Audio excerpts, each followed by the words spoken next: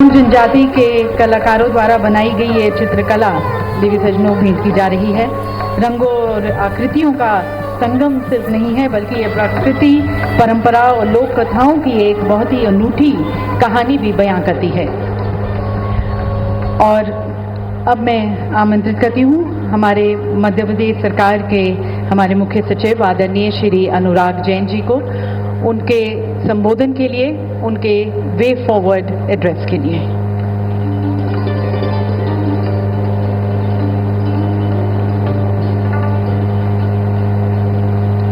आदरणीय union home minister Amit Shah ji, आदरणीय मुख्यमंत्री जी डॉक्टर मोहन यादव जी, आदरणीय civil aviation minister Ram Mohan Naidu ji, deputy chief minister आदरणीय Jagdish Devda ji, deputy chief minister आदरणीय राजेंद्र शुक्ला जी, सम्माननीय सभी इंडस्ट्रियलिस्ट जो इस मंच पर पधारे हुए हैं, यहाँ इतनी भारी संख्या में आप सभी इन्वेस्टर्स,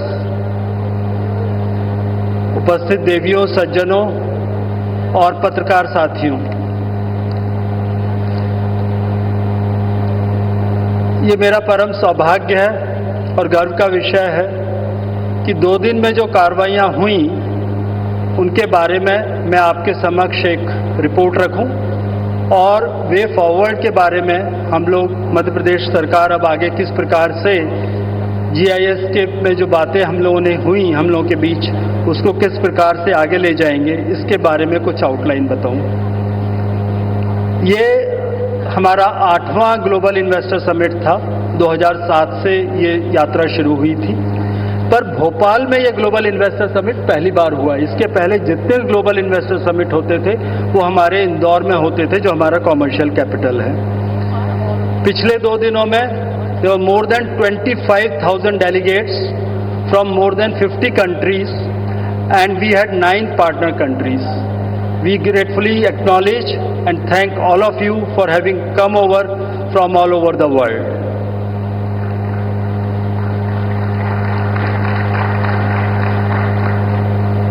इस कार्यक्रम में हमें 10 केंद्रीय मंत्रियों का सानिध्य प्राप्त हुआ। ये हमारे लिए गर्व का विषय है और ये इस चीज़ को दर्शाता है कि जिस प्रकार से माननीय मुख्यमंत्री जी ने इस पूरे अभियान को लीड किया, उनके पर्सनल आग्रह की वजह से इतनी बड़ी भारी संख्या में केंद्रीय मंत्रियों ने हमें सानिध्य दिया और मार्गदर्शन दिया। इसी प्रकार से 6 केंद्रीय सचिवों ने हमारे इस कार्यक्रम में पार्टिसिपेट किया और अपना मार्गदर्शन और गाइडेंस उस पर्टिकुलर सेशंस को दिया।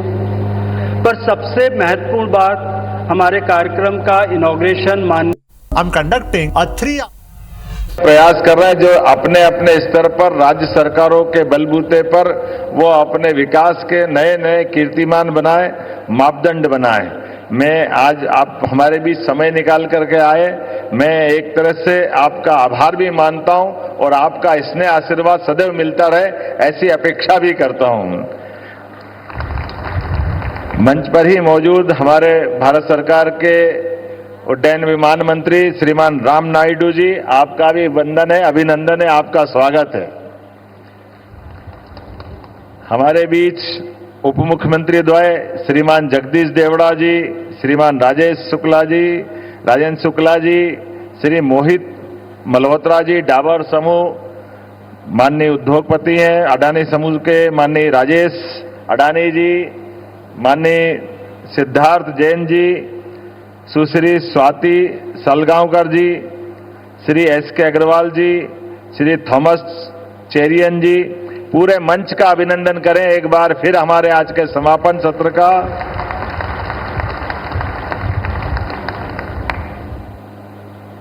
मानव संसाधनों से, खैर प्रकृति ने भी परमात्मा की दया से मध्य प्रदेश पे विशेष कृपा की है। हमारे यहाँ पर्याप्त पानी है, पर्याप्त लैंड बैंक है, निवेश के अनुकूल कानून और व्यवस्था है। यशस्वी प्रधानमंत्री के नेतृत्व में भारत सरकार का वर्तमान में निवेश अनुकूल वातावरण है और हमारे लिए सौभाग्य की बात है, कल ही माननीय प्रधानमंत्री ने मध्य प्रदेश को लेकर के मध्य प्रदेश के लिए इलेक्ट्रिक व्हीकल्स स्वच्छ ऊर्जा, अधोसंरचना, विनिर्माण में मध्य प्रदेश की भाजपा सरकारों के प्रयास को सराहा है। माननीय गृह मंत्री जी को अवगत कराना चाहूंगा, 1 वर्ष पूर्व हमने अपनी सरकार आपके आशीर्वाद के गठन के बाद लगातार निवेश के मामले में रीजनल इंडस्ट्री कॉन्क्लेव की यात्रा प्रारंभ की थी, जिसको संभाग पर औद्योगिक निवेश के सम्मेलन के रूप में रीजनल इंडस्ट्री कॉन्क्लेव का नाम दिया। और बाबा महाकाल की नगरी उज्जैन के बाद जबलपुर, ग्वालियर, सागर, रीवा, शहडोल, नर्मदापुरम ऐसे संभाग केंद्रों पर ये 7 अपनी अलग अलग प्रकार की समिट करते हुए और देश के अंदर भी मुंबई, कोयंबटूर, बेंगलोर, कोलकाता, पुणे, दिल्ली में हमारे लिए इंटरेक्टिव सेशन आयोजित किए गए और अंतर्राष्ट्रीय स्तर पर यूके, जर्मनी, जापान में मध्य प्रदेश की विकास गाथा को प्रस्तुत करते हुए विकास के इस आयाम से सबको परिचित कराने का हमने एक तरह से पूरा वर्ष लोकसभा चुनाव का अगर समय छोड़ दें तो पूरे समय हमने निवेश के लिए इसी प्रकार का इकोसिस्टम बनाने का प्रयास किया। मुझे इस बात की प्रसन्नता है, मध्य प्रदेश सरकार के इस संकल्प के बलबूते पर देश विदेश के उद्योगपतियों ने अपने खुद की मन की जिज्ञासाओं के समाधान करते हुए लगातार मध्य प्रदेश के साथ जुड़ने के संकल्प के साथ आगे बढ़ने के लिए हमारी हौसला अफजाई की। मुझे इस बात की प्रसन्नता है, जब हमने व्यापक रोडमैप बनाने का प्रयास किया तो अपने यहाँ पर कई सुधार भी जो भी सीएस ने बताए उनको लाने का प्रयास किया। सिंगल विंडो सिस्टम, कलेक्टर के यहाँ उद्योग प्रकोष्ठ, ताकि निवेशक को अनावश्यक परेशानी नहीं हो और अपने काम को करने के लिए सरलता से वो आगे बढ़े। लेकिन हम यहाँ नहीं रुक रहे हैं। यशस्वी प्रधानमंत्री और यशस्वी गृह मंत्री के आशीर्वाद के बाद हमने हमारा ये पूरा वर्ष उद्योग और रोजगार को समर्पित किया है। इसके बाद लगातार आज के इस ग्लोबल इन्वेस्टर समिट के बाद भी ऐसे कई सेक्टर माननीय गृह मंत्री जी अभी हमारे बाकी है, जिसपे हमको ठोस रणनीति के अंतर्गत हम आगे बढ़ रहे हैं। खासकर कृषि के क्षेत्र में हमारे लिए बड़ी संभावना है। मालवा, चंबल, मध्य भारत, ये बेल्ट में पानी की उपलब्धता के आधार पर कृषि आधारित जिलों में बहुत अच्छी संभावना है। इसी प्रकार से टेक्सटाइल का, हमारे रियल एस्टेट का, हेल्थ का, ऐसे कई सेक्टर हैं और कुछ जिले तो अब हमारे संभाग केंद्र के बराबर ही हैं, चाहे वो सतना हो, सिंगरौली हो, कटनी हो। हम उम्मीद कर रहे हैं कि इसी विकास के कारवां को लगातार हर माह इसी क्रम में जोड़ते हुए आगे बढ़ेंगे। मुझे इस बात की प्रसन्नता है, जब यहां मैं समिट के बारे में बात कर रहा हूं तो समिट में लगभग 100 से अधिक उद्योगपतियों और विभिन्न सेक्टर एक्सपर्ट ने इसमें भाग लिया है और बड़ी संख्या में 60 से ज्यादा देशों के प्रतिनिधियों ने, प्रमुख उद्योगपतियों ने अपनी इसमें भूमिका अदा की है। भारत की अग्रगण्य 300 से अधिक कंपनियों के एमडी और सीईओ ने इसमें भाग लिया, जिसमें 25,000 से अधिक सहभागिता हुई है। प्रतिभागी के रूप में हमने मोटे तौर पर 7 से 8,000 लोगों को एक सेक्टर में, अर्थात कल सुबह से लेकर दोपहर तक और उसके बाद दूसरे सत्र में दोपहर बाद से लेकर सायंकाल तक, तो लगभग 16,000 लोगों को कल इसमें सह अस्तित्व के आधार पर हमने इन्वेस्टर समिट में उनके साथ भाग लिया। उतनी संख्या में आज हमारे बचे हुए लोग लगभग 18,000 से 20,000 लोगों ने हमारी इसमें भागीदारी की है। मुझे इस बात की प्रसन्नता है कि जब मैं समिट में जब जानकारी देना चाहूंगा कि 5,000 से अधिक B2B और 600 से अधिक B2G बैठकें यहां आयोजित की गई है और इसी के कारण से ये हमारी इन्वेस्टर समिट अपने आप में एक अद्वितीय मुकाम तक पहुंची है। मैं ग्लोबल इन्वेस्टर समिट में ऊर्जा, आईटी, खनन, पर्यटन, स्टार्टअप, शहरी विकास के विभिन्न प्रकार के ऐतिहासिक समझौतों के बारे में बताना चाहूंगा और इस आधार पर मध्य प्रदेश में निवेशकों का जो विश्वास बढ़ा है, मुझे इस बात की प्रसन्नता है यशस्वी गृह मंत्री जी की मौजूदगी में, जब हम कल यशस्वी प्रधानमंत्री के माध्यम से पहले दिन का समापन कर रहे थे तो लगभग हमारे पास 22,50,000 करोड़ के निवेश के कल आंकड़े की यहां घोषणा की गई थी।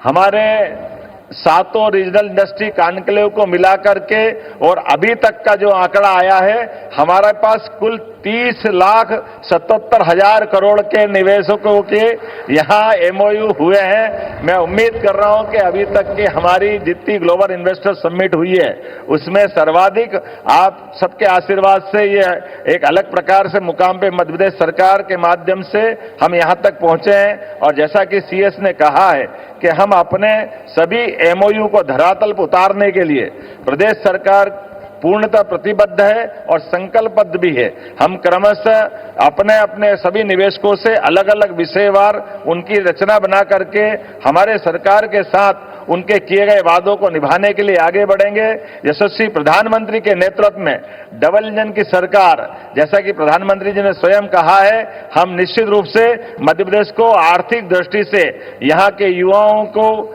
यहाँ के किसानों को, महिलाओं को, हमारे अपने सभी प्रकार के अपने इस क्षेत्र की संभावना वाले लोगों को लेकर के मध्य प्रदेश सरकार अपने इस अभियान में खासकर उद्योग और रोजगार वर्ष में निश्चित रूप से अपने मध्य प्रदेश को सबसे सशक्त राज्यों की कतार में खड़ा करेगी।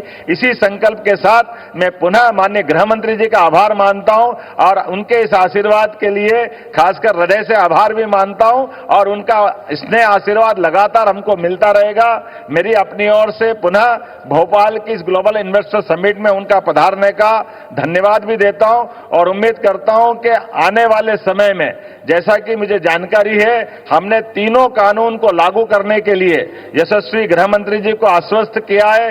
1 साल के अंदर हम सभी प्रकार के सुधारों को लागू करते हुए मध्य प्रदेश को देश के अंदर अच्छा मॉडल बना करके खड़ा करेंगे, ताकि कानून के लागू करने के साथ जो हमारी मूल कल्पना है, माननीय गृह मंत्री जी ने जो लाइन दी है कि हमारे आने वाले समय में सभी जो हमारे जेल में बंदी हैं उनको न्यायालय जाने की जरूरत नहीं पड़े, वो वहीं से कोर्ट में शामिल हो। उसी प्रकार से जो डॉक्टर हैं वो अपने अपने हॉस्पिटल की ड्यूटी करते करते न्यायालयीन कार्य को भी वहीं से संपन्न करें। ये वाकई अद्भुत समय है। मैं आपको बताना चाहूंगा कि ये जो वर्तमान में न्यायालय के अंदर और जो व्यवस्थाओं में सुधार किए गए, ये अद्भुत है। इससे 30% से ज्यादा हमारे पुलिस का कार्यबल हमारे पास बचेगा और इस आधार पर ऐसी कई सारी दूसरी गतिविधियों में भी हमारे पुलिस बल सहित कानून और व्यवस्था की स्थिति का अच्छा से हम पालन कर सकेंगे।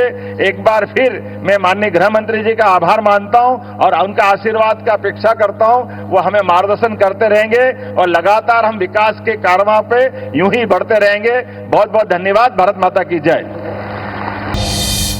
मंच पर उपस्थित मध्य प्रदेश के मुख्यमंत्री डॉक्टर मोहन यादव जी, मोदी जी की मंत्रिपरिषद में मेरे साथी श्रीमान राम मोहन नायडू जी, उप मुख्यमंत्री मध्य प्रदेश श्री जगदीश देवड़ा जी, उप मुख्यमंत्री मध्य प्रदेश राजेंद्र शुक्ला जी, मंच ऊपर और मंच के सामने विराजमान अलग अलग उद्योग गृहों के सभी प्रतिनिधिगण, मध्य प्रदेश के मुख्य सचिव जी, उपस्थित सभी मंत्रीगण, आप सभी को मैं बहुत महाशिवरात्रि में आपका स्वागत।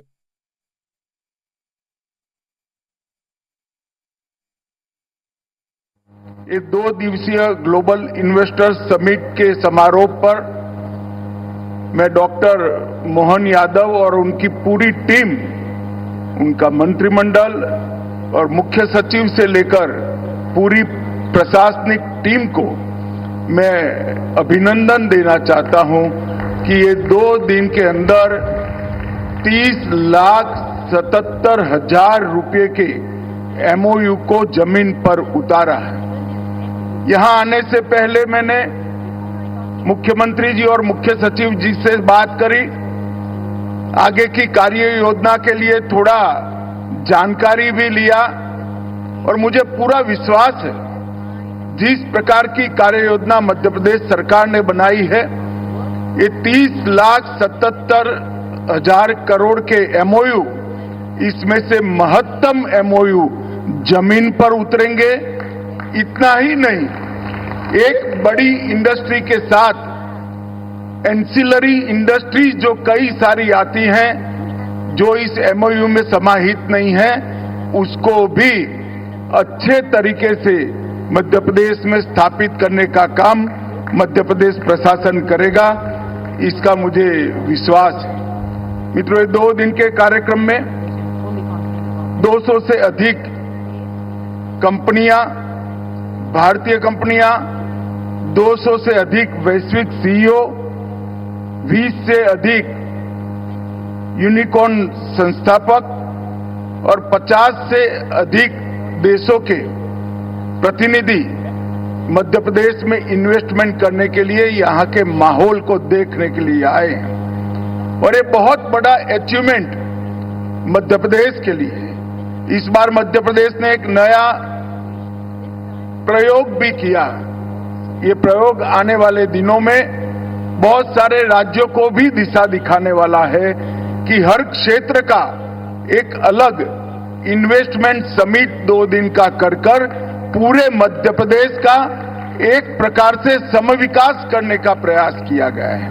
और मध्य प्रदेश के अंदर उद्योग बढ़ाने का काम इस प्रयोग ने किया है, ऐसा मैं मानता हूं। ये 2 दिवसीय समिट के अंदर मध्य प्रदेश ने अपने इंडस्ट्रियल पोटेंशियल, सेक्टोरल पोटेंशियल और विकास के लिए ग्लोबल पोटेंशियल को भी एक्सप्लोर करने के सारे रास्ते एक्सप्लोर कर ये बहुत बड़ा अचीवमेंट किया है। यहां कई सत्र हुए, विषयगत सत्र भी हुए, विभागीय शिखर सम्मेलन भी हुए और अंतर्राष्ट्रीय मंच के डिस्कशन भी हुए। और ये सभी ने मध्य प्रदेश के विकास को नया आयाम देने का काम किया है। मित्रों, हम सभी जानते हैं कि मध्य प्रदेश हमारी देश की भव्य सांस्कृतिक विरासत से लैस राज्य है। और मोदी जी ने जो सूत्र दिया है, विकास भी विरासत भी, वो सूत्र को मध्य प्रदेश चरितार्थ करने के लिए ढेर सारे प्रयास कर रहा है। इसका मुझे बहुत आनंद है। मित्रों, पूरे देश के परिदृश्य की बात करें तो 2047 तक मोदी जी ने देश के युवाओं के सामने, देश के 130 करोड़ की जनता के सामने एक पूर्ण विकसित राष्ट्र भारत को बनाने का संकल्प रखा है। और 2027 तक दुनिया की तीसरी बड़ी अर्थव्यवस्था बनने का संकल्प भी रखा है। मध्य प्रदेश की ये इन्वेस्टमेंट समिट, मुझे विश्वास है कि दोनों लक्ष्यों को सिद्ध करने के लिए न केवल सहायक होगी, इसमें बहुत बड़ा योगदान भी देगी। क्योंकि जो नई कल्पना है डेवलपमेंट की, वो कल्पना में कभी कोई एक सरकार देश का विकास नहीं कर सकती। टीम इंडिया की कल्पना में भारत सरकार और सभी राज्यों की टीम इकट्ठा होकर समग्र भारत का विकास करे, इस दिशा में जाने का जो लक्ष्य मोदी जी ने रखा था, उसको मध्य प्रदेश के इस कार्यक्रम ने बहुत आगे तक बढ़ाया है। आज इस इन्वेस्टमेंट समिट के अंदर लोकल और ग्लोबल दोनों निवेश में वृद्धि करने के कई डायमेंशन अचीव कर लिए गए हैं। भारत की अमृत पीढ़ी के लिए, ये जो अमृत काल है, उसकी युवा पीढ़ी के लिए कई सारे कौशल विकास के द्वार ये समिट खोलेगी। ऑटोमेशन और जॉब क्रिएशन के बीच में समन्वय बनाकर मध्य प्रदेश सरकार ने जो नीतियां बनाई है, ढेर सारी अलग अलग सेक्टर के लिए नीतियां बनाई है, वो आगे बढ़ेगी और भारत को मैन्युफैक्चरिंग हब बनाने के लिए भी बहुत बड़ा सहायता करेगी। कोई भी व्यक्ति, कोई भी समूह, कोई भी कंपनी जब अपने एक्सपांशन के लिए स्थान तय करता है, तो इसकी कुछ रिक्वायरमेंट है। सबसे पहला, एक स्टेबल गवर्नमेंट वो ढूंढता है जिससे नीतियों का स्थायित्व मिले, और मध्य प्रदेश में मोदी जी के नेतृत्व में एक स्थायी और मजबूत सरकार अब विद्यमान है जिससे विकास के द्वार खुले हैं। एक स्ट्रेटेजिक लोकेशन भी हमारे भारत के दिल ऐसे मध्य प्रदेश में है। बेहतर इंफ्रास्ट्रक्चर भी यहां पर बन चुका है। स्किल वर्कफोर्स की एक बड़ी फौज यहां पर उपलब्ध है। बेहतरीन इकोसिस्टम भी प्रशासन ने उपलब्ध कराया है। मार्केट का एक्सेस भी मध्य प्रदेश से ज्यादा और कोई राज्य को उपलब्ध नहीं है, और डिमांड ओरिएंटेड इकोनॉमी भी अब यहां पर बढ़ रही है। और इसके साथ साथ पारदर्शी शासन ने मध्य प्रदेश में इन्वेस्टमेंट के लिए काफी लोगों को आकर्षित किया है। यहां लैंड भी है, लेबर फोर्स भी है, माइंस भी है और मिनरल भी है। उद्योग की संभावनाएं भी हैं और ढेर सारे अवसर भी है। शिक्षित युवा भी है और स्किल वर्कफोर्स भी है। हर तरह से मध्य प्रदेश इन्वेस्टमेंट के लिए एक बड़ा आकर्षक केंद्र पूरे भारत में बना हुआ है। मैं आज मध्य प्रदेश की जनता को भी ये बताना चाहता हूं कि एक जमाना था जब मध्य प्रदेश को बीमारू राज्यों में गिनती की जाती थी। रोड, बिजली, सिंचाई, पानी की उपलब्धता, हर क्षेत्र में मध्य प्रदेश बीमारू माना जाता था। भारतीय जनता पार्टी के सातत्यपूर्ण 20 साल के शासन के बाद आज मध्य प्रदेश में 5 लाख किलोमीटर सड़क नेटवर्क बना है, 6 हवाई अड्डे हैं, 31 गीगावाट की ऊर्जा क्षमता है, जिसमें से 30% क्लीन एनर्जी है।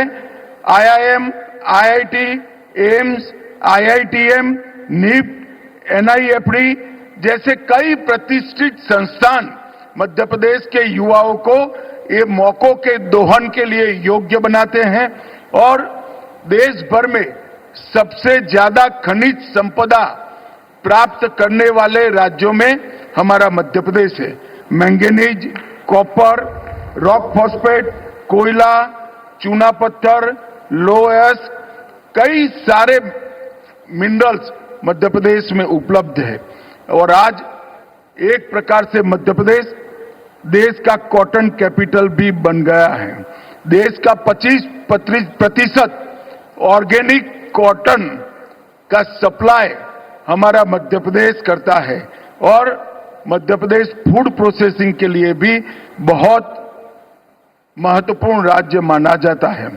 राज्य सरकार ने 2025 के वर्ष को उद्योग वर्ष के रूप में बनाने का तय किया है, और ईज ऑफ डूइंग बिजनेस के लिए जन विश्वास विधेयक पारित करने वाला मध्य प्रदेश देश में सबसे पहला राज्य बना है। और मुझे विश्वास है कि सभी प्रयासों से मध्य प्रदेश पूरे भारत में टॉप अचीवर बनेगा। आने वाले दिनों में मध्य प्रदेश में जो पोटेंशियल है, एग्रीकल्चर पोटेंशियल, इंडस्ट्रियल पोटेंशियल, ये सारा 100% एक्सप्लोरेशन करने में टीम मध्य प्रदेश सफल होगी, इसका मुझे विश्वास है। मित्रों, मोदी जी के 10 साल के शासन में भारतीय अर्थव्यवस्था 10वें क्रमांक से छलांग लगाकर 5वें क्रमांक पर आई है, और मुझे विश्वास है 2027 में हम विश्व की 3रे नंबर की अर्थव्यवस्था बनकर आगे बढ़ेंगे। फॉरेक्स रिजर्व हमारा 2 गुना हुआ है, जीडीपी 2 गुना हो चुका है, और प्रति व्यक्ति आय भी 10 साल में 2 गुना हुई है। मगर मैं बड़े विश्वास के साथ मध्य प्रदेश और देश के लोगों को बताना चाहता हूं कि ये 10 साल में हमने एक बहुत बड़ी बुलंद इमारत की नींव डालने का काम किया है। ये जो नींव डली है उस पर आने वाले 10 साल में भारत के विकास के कई नए आयाम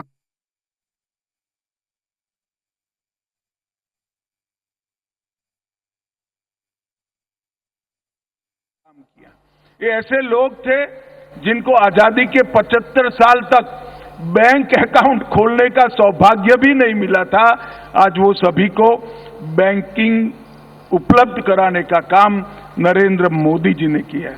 इंसॉल्वेंसी और बैंक्रप्सी कोड और एनपीए को 2.5% से नीचे पहुंचाना, जीएसटी का सफल इम्प्लीमेंटेशन, सिंगल विंडो क्लियरेंस और कई सारे इंफ्रास्ट्रक्चर के काम, एक प्रकार से देखें तो 10 साल में 60,000 किलोमीटर राजमार्ग की वृद्धि हुई है, 8 लाख किलोमीटर गांवों के रास्ते बने हैं, हवाई अड्डे 74 की जगह 157 हुए हैं, रेलवे के वृद्धिकरण में डबल वृद्धि हुई है और कार्गो हैंडलिंग में भी डबल वृद्धि हुई है। और भारत ने नए इनिशिएटिव लेकर आने वाले 25 साल तक जो सेक्टर विश्व की अर्थ की नीति तय करने वाले हैं, विश्व की इकोनॉमी की दिशा तय करने वाले हैं, ऐसे सेक्टर में भारत आज फाउंडर बना है। चाहे एआई हो, ग्रीन हाइड्रोजन हो, ग्रीन एनर्जी हो, इलेक्ट्रिक व्हीकल हो या पुराने सेक्टर जहां हम पिछड़े हुए थे, सेमीकंडक्टर और डिफेंस और हेल्थ हो, हर जगह पे हमने गैप को समाप्त करने का काम किया है। और मित्रों, आज मध्य प्रदेश की ये इन्वेस्टमेंट समिट ने न केवल मध्य प्रदेश, भारत के भी विकास को गति देने का काम किया है। और मैं आशा करता हूं कि मध्य प्रदेश आने वाले दिनों में भारत के प्रमुख उद्योग को प्रस्तापित करने वाले राज्यों में से बनेगा और मध्य प्रदेश का इकोनॉमिकल डेवलपमेंट भी दिन दूनी रात चौगुनी बढ़ेगा।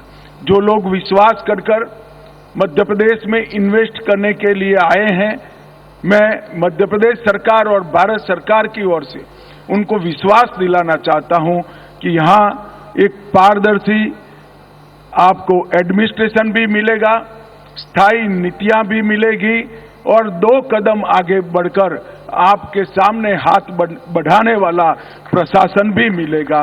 आइए विश्वास के साथ मध्य प्रदेश में इन्वेस्ट करिए और मध्य प्रदेश को एक देश का प्रमुख राज्य बनाने में सहायता करें। अंत में सभी लोगों का बहुत मनपूर्वक धन्यवाद और अभिनंदन कर मेरी बात को समाप्त करता हूं। वंदे मातरम।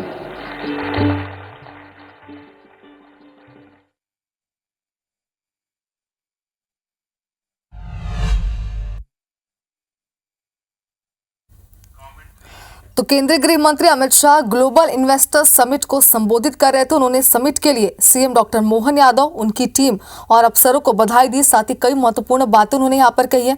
उन्होंने कहा कि मुझे पूरा विश्वास है कि जिस तरह की कार्य योजना सरकार ने बनाई है, इसमें से ज्यादातर एमओयू जमीन पर उतरेंगे। आपको बता दें कि इससे पहले मुख्यमंत्री डॉक्टर मोहन यादव ने भी संबोधित किया था और कहा कि अब तक सरकार के पास 30,77,000 करोड़ के निवेश का प्रस्ताव आ चुका है। समिट में 5,000 से ज्यादा B2G और 600 से ज्यादा B2B कार्यक्रम हुए हैं। मुख्यमंत्री ने केंद्रीय गृह मंत्री को आश्वस्त किया कि 1 साल के अंदर तीनों कानून पूरी तरह से लागू कर दिए जाएंगे। तो केंद्रीय गृह मंत्री Amit Shah global investors summit को संबोधित कर रहे थे। यहां पर समापन कार्यक्रम में वो पहुंचे हुए हैं। उन्होंने समिट के लिए सीएम डॉक्टर मोहन यादव को और उनकी टीम को और अफसरों को सबसे पहले बधाइयां दी। इसके बाद अपने संबोधन में कई महत्वपूर्ण बातें उन्होंने निवेश को लेकर की है। उन्होंने कहा कि मुझे पूरा विश्वास है कि जिस तरह की कार्य योजना सरकार ने बनाई है, इसमें से ज्यादातर एमओयू जमीन पर उतरेंगे।